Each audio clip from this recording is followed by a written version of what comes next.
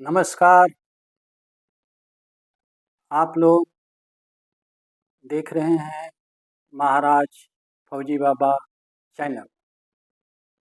मैं इस वीडियो में आप लोगों को मिस्टर डोनाल्ड ट्रंप के बारे में तथा एससीओ मीटिंग के बारे में आप लोगों को अपना विचार व्यक्त करूंगा और कुछ बातें बताऊंगा। जैसा कि आप लोग देख रहे हैं, टैरिफ वार के बारे में अच्छी तरह से जान रहे हैं और उसके परिणामों को भी आप लोग देख रहे हैं। मेरा हमेशा से सुझाव रहा है और अभी भी रहा है कि आप या कोई भी यदि कोई अपना लक्ष्य प्राप्त करना चाहता है तो उससे पहले उसके बारे में चिंतन करें और चिंतन करने के बाद में लक्ष्य एक बार बताए और उसके बाद में वो उसको प्राप्त करने के लिए क्या कदम उठा रहा है उसके बारे में बात करें।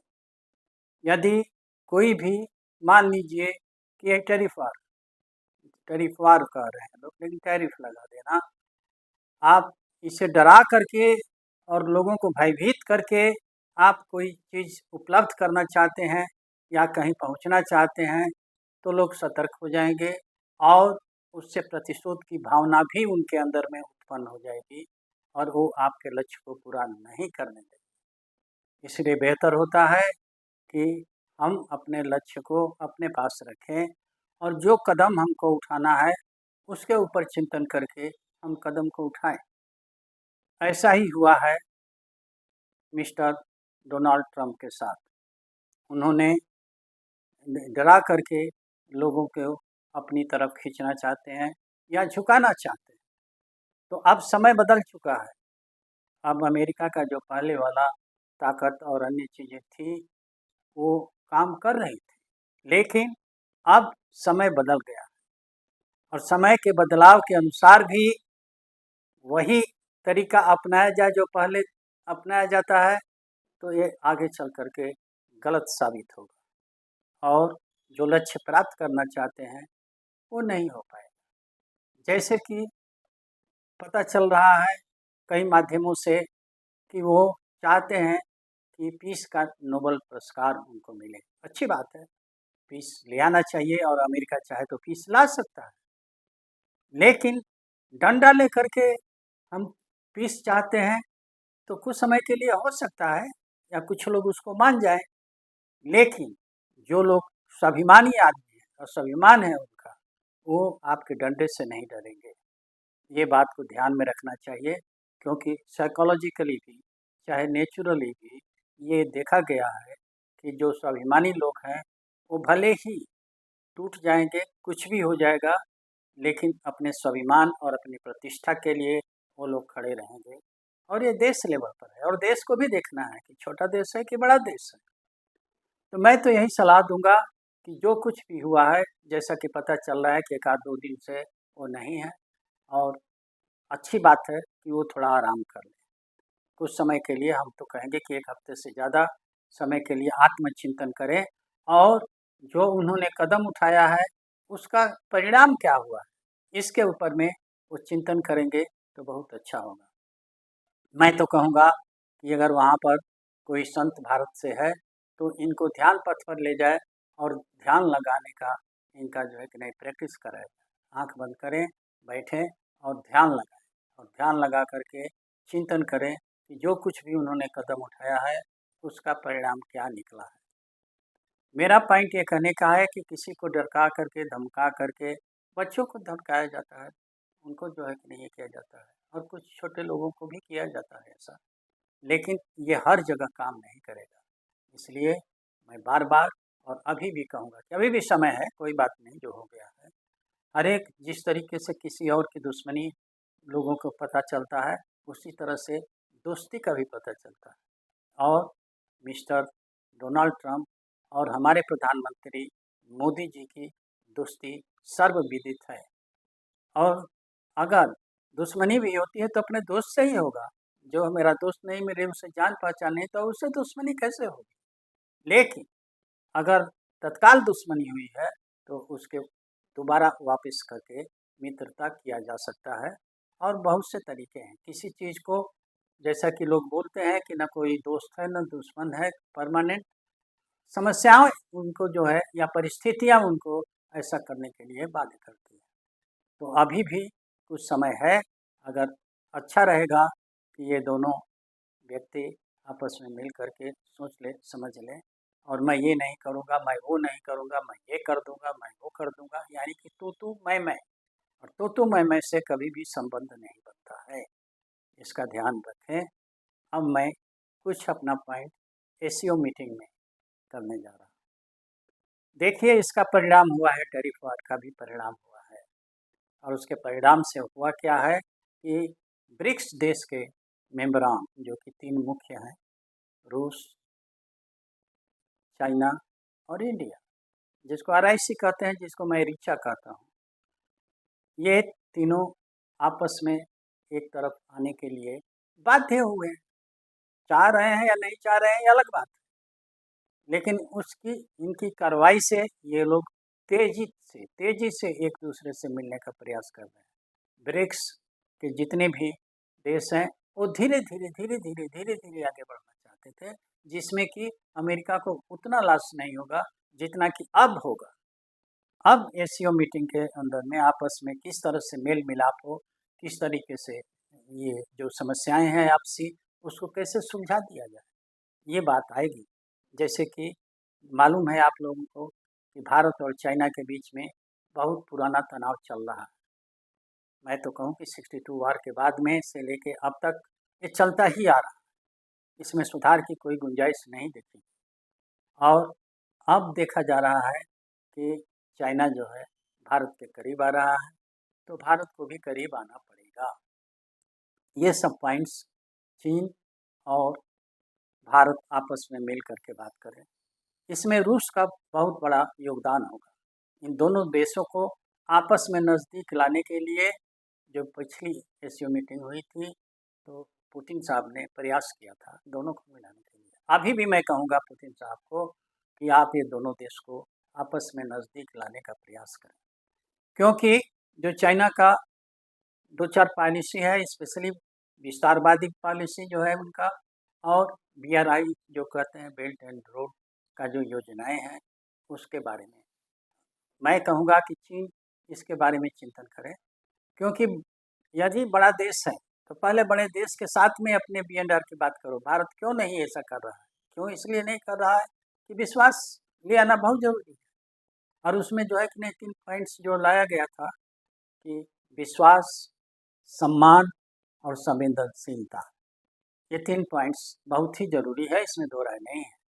हमको विश्वास नहीं होगा, हम करीब नहीं आएंगे, संबंध नहीं बनाएंगे।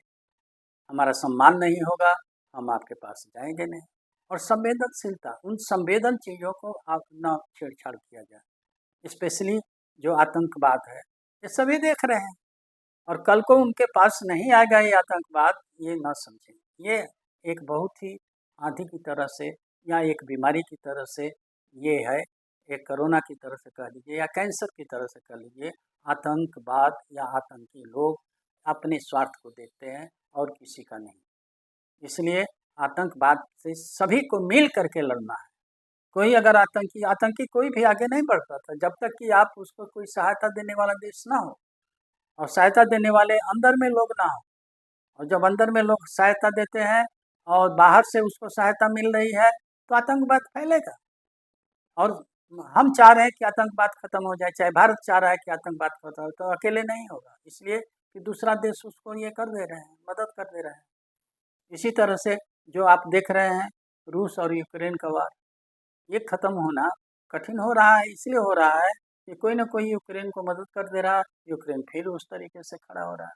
खैर, मैं इसके बारे में अलग से बात करूंगा और किया भी हूँ, लेकिन करूंगा और मैं अपना सुझाव भी दूंगा। इस समय एससीओ मीटिंग में जो कुछ भी हो रहा है उसको होने दिया जाए। स्पेशली मैं अपने लोगों को कहूँगा कि उसमें टीका टिप्पणी करने की बहुत ज़रूरत नहीं है कि वो फलाना से किया जाए, पाकिस्तान ऐसे खड़ा था, वो ये फलाना ठिकाने, इससे क्या लेना देना है भाई।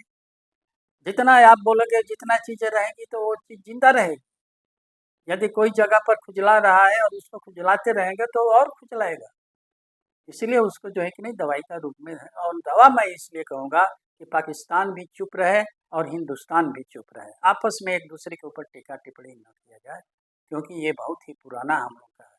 उसका कुछ भी हो जाए तो भारत ने कर दिया, भारत में कुछ हो जाए तो पाकिस्तान ने कर दिया, ये भी एक अलग बात है। लेकिन एशियो का वो भी जो है मेंबर है, इसलिए मैं 2-3 बातें कह दिया कि आपस में ये सब चीज़ें अच्छा नहीं लगता है। अरे हम लोग सभ्य देश हैं, सभ्यता की थोड़ा-सा बात करें, ठीक है, जब आमने-सामने की बात आएगी तो अलग बात है। लेकिन जब बड़ा समूह है, तो उस समूह के अंदर में हम लोग एक-दूसरे का टीका-टिप्पणी ना करें। आपस में घर की बात होगी तो घर की बात कर लें, जो कुछ कहना है कर दिया जाए, कर दिया जाए। दूसरा बात ये है कि चाइना के साथ हम लोग कैसा व्यवहार करें। चाइना के साथ में व्यवहार करना ये सब जान चुके हैं हम लोग, और हमारे लोअर लेवल तक और हमारी जनता भी जान चुकी है कि उसके ऊपर विश्वास करना कठिन है। अब चाइना को चाहिए कि वो विश्वास कैसे प्राप्त कर सकता है, उसके लिए कदम उठाए, और ये छोटी-छोटी चीज़ें जो कि प्रतिबंध लगा हुआ है उसको हटाने से बात नहीं बनेगी। यदि वास्तव में हम लोग को एक जगह आना है और हिंदू-चीनी भाई-भाई करना है, तो बहुत पीछे हटना पड़ेगा, बहुत पीछे हटना पड़ेगा। और इस पर एक अलग से समिति बना करके आपस में अगर चाहते हैं कि हिंदुस्तान और चाइना आपस में किस तरह से मिल सकते हैं, इस पर अलग से विचार हो। यदि हम चाह रहे हैं कि अभी उसके साथ में तत्काल ये हो जाएगा, ये होने वाला नहीं है। इसलिए इतना नकारात्मक भी ना है, सकारात्मक कदम उठाया जाए कि ऐसा हो सकता है। हाँ, परिस्थितियाँ बहुत सी चीज़ें करा देती हैं, इसमें दो राय नहीं है। गधे को बाप करा देती है, कई बार ऐसा होता रहा है। मैं किसी को गधा नहीं कह रहा हूँ, लेकिन एक कहावत है कि कभी-कभी हम लोग को गधे को बाप भी कहा जाता है। तो मेरा पॉइंट कहने का है कि ये नीतियाँ हैं, ये छोटी-छोटी नीति जो उनकी नीति है कि कहीं पे निगाह करते हैं और कहीं पे निशान लगाते हैं। इस नीति को हम लोगों को भी समझना पड़ेगा। यदि कोई चाह रहा है, चाइना चाह रहा है कि हम ये करें, वो करें, तो उसके किधर उसका दिमाग है, किधर क्या करना चाहता है, ये सोचें। मैं तो ये कहूँगा कि थोड़ा परे भी सोचें। और जो पाकिस्तान के बियरनर का लेकर के चाहे पीसेक का करके भी कुछ कहा जा रहा है, तो ऐसा रूट जो बनाना चाहते हैं जो कि बलूचिस्तान बॉर्डर तक जा रहा है, तो उसमें अगर चाहें तो उसके ऊपर में भारत से चर्चा करके किया जा सकता है। और जैसा कि मान लें कि पीओके है, पीओके हम लोगों का है, इसमें दो राय है नहीं, इस पर भी मैं अलग से बात करूँगा। लेकिन चाइना चाहे, ईरान चाहे, तो बहुत सी चीज़ों का निपटारा किया जा सकता है और पीए को वापस हमारे साथ आ सकता है। क्योंकि पीओ को लेकर के पाकिस्तान को कुछ फ़ायदा हो सकता है, लेकिन बहुत फ़ायदा नहीं है। वहाँ की जनता परेशान है, वहाँ की जनता नहीं चाह रही। तो खैर, पीओके के बारे में भी मैं बात करूँगा, लेकिन एससीओ मीटिंग के अंदर में जो अन्य देशों से बातचीत हुई है और जो रूस, चाइना और भारत, आरआईसी जिसको कह रहे हैं, इनका भविष्य का प्लानिंग क्या है और भविष्य में किस तरीके से इस ब्रिक्स के मंच को आगे बढ़ा सकते हैं और किस तरीके से क्या कर सकते हैं, तो ये एक मीटिंग करें, चिंतन करें, आगे की तरफ बढ़ाएं। अच्छी बात है कि एससीओ मीटिंग हुई है और इसमें हमारे कुछ लोग मिले हैं और ये मिलने का मौका देता है और आपसी हम लोगों का जो तनाव पैदा करता है समस्या, उसको ऊपर में विचार करने का भी मौका देता है। तो हम लोग भी अब स्पष्ट शब्दों में बात करें चाइना के साथ।